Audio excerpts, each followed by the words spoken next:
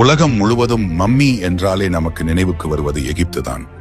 இறந்த உடல்களை பாதுகாக்க அவர்கள் மூளையை மூக்கு வழியாக வெளியே எடுத்து குடலை நீக்கி பலவிதமான ரசாயனங்களை பூசி துணிகளால் சுற்றினார்கள். இவ்வளவு செய்தும் அந்த உடல்கள் பார்ப்பதற்கே பயங்கரமாக காய்ந்து போன கருவாடு போலத்தான் இருக்கும். ஆனால் நம் தமிழ்நாட்டில் ஸ்ரீரங்கத்தில் எந்தவித ரசாயனமும் இல்லாமல் உடலில் உள்ள உறுப்புகளை நீக்காமல் 900 வருடங்களாக ஒரு மனிதரின் உடல் அப்படியே பாதுகாக்கப்படுகிறது என்றால் உங்களால் நம்ப முடிகிறதா? அதுவும் ஒரு தியான நிலையில். ஆம், அவர்தான் வைணவ ஆச்சாரியர் ஸ்ரீ ராமானுஜர். 1137ஆம் ஆண்டு தனது உடலை நீத்த அவர் இன்றும் ஸ்ரீரங்கம் கோவிலில் தானான திருமேனியாக அமர்ந்திருக்கிறார். எகிப்து மம்மிகளையே தோற்கடிக்கும் இந்த தமிழரின் அறிவியல் மற்றும் ஆன்மீக அதிசயத்தை பற்றித்தான் இன்று விரிவாக பார்க்க போகிறோம்.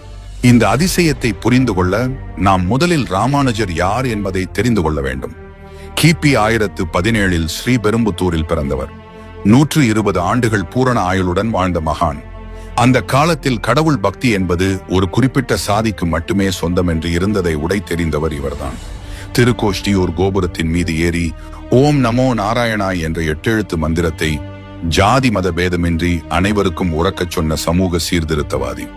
இறைவன் முன் அனைவரும் சமம் என்று சொன்னதோடு மட்டுமல்லாமல் தாழ்த்தப்பட்ட மக்களை திருக்குலத்தார் என்று அழைத்து கோவிலுக்குள் அழைத்துச் சென்ற புரட்சியாளர்.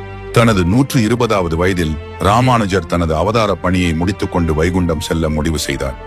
இதை அறிந்த அவரது சீடர்கள் கதறி அழுதனர். குருவே, எங்களை விட்டு செல்லாதீர்கள் என்று வேண்டினர்.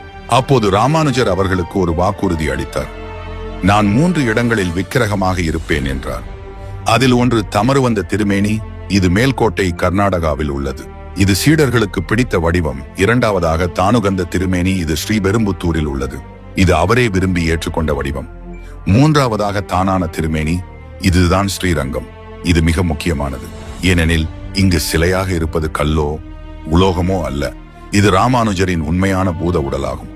இப்போது நாம் வீடியோவின் முக்கியமான பகுதிக்கு வருகிறோம். கிபி 1137 ராமானுஜர் முக்தி அடைந்த பிறகு அவரது பூத உடலை ஸ்ரீரங்கம் கோவிலின் வசந்த மண்டபத்திற்கு அருகே ஒரு இடத்தில் அமர்ந்த நிலையில் வைத்தார்கள். அதை சுற்றி மணல் மற்றும் மூலிகைகள் நிரப்பப்பட்டன. பொதுவாக ஒரு மனிதன் இறந்து சில மணி நேரங்களில் உடல் அழுகத் தொடங்கும். எகிப்தியர்கள் உடலை பாதுகாக்க என்ன செய்தார்கள் தெரியுமா? மூளையை உறிஞ்சி எடுத்து விடுவார்கள். இதயத்தை தவிர மற்ற உறுப்புகளை ஜாடிகளில் அடைப்பார்கள். உடலை உப்பு கொண்டு காய வைப்பார்கள். அது ஒரு உயிரற்ற தோற்றம். ஆனால் ஸ்ரீரங்கம் சென்று ராமானுஜரை